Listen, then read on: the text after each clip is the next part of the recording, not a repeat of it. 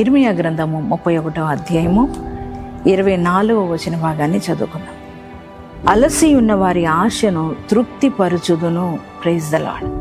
ఈరోజు ఉదయకాలం నీతోనే ప్రభు మాట్లాడుతున్నారు. అలసిపోయి ఉన్నావా? అనేక ప్రయత్నాలు చేసి ఉద్యోగం కోసం అనేక రకాల ప్రయత్నాలు చేసి అనేక ఇంటర్వ్యూస్కి అటెండ్ అయ్యి మరి అన్ని విధాల రిజెక్ట్ అయిపోయి ఇక అలసిపోయి నా వల్ల కాదు, ఇక నేను ఏ ప్రయత్నం ఇక నేను చేయలేను అని అనుకుంటున్నారా? ఇక నా జీవితం ఇంతే, ఇక అలసిపోయానులే అని చెప్పి ఒకవేళ నిస్సహాయంగా నా నీతో ప్రభు అన్నారు. ఈరోజు ఉదయకాలం ప్రభు అన్నారు, నువ్వు అలసిపోవద్దు నాన్న, నువ్వు ఓడిపోవద్దు. దేవుడు అంటున్నాడు, అది నేను చేస్తాను బిడ్డ, అది నాకు సాధ్యమే. కనుక ఈ వాగ్దానాన్ని బట్టి ధైర్యం తెచ్చుకో.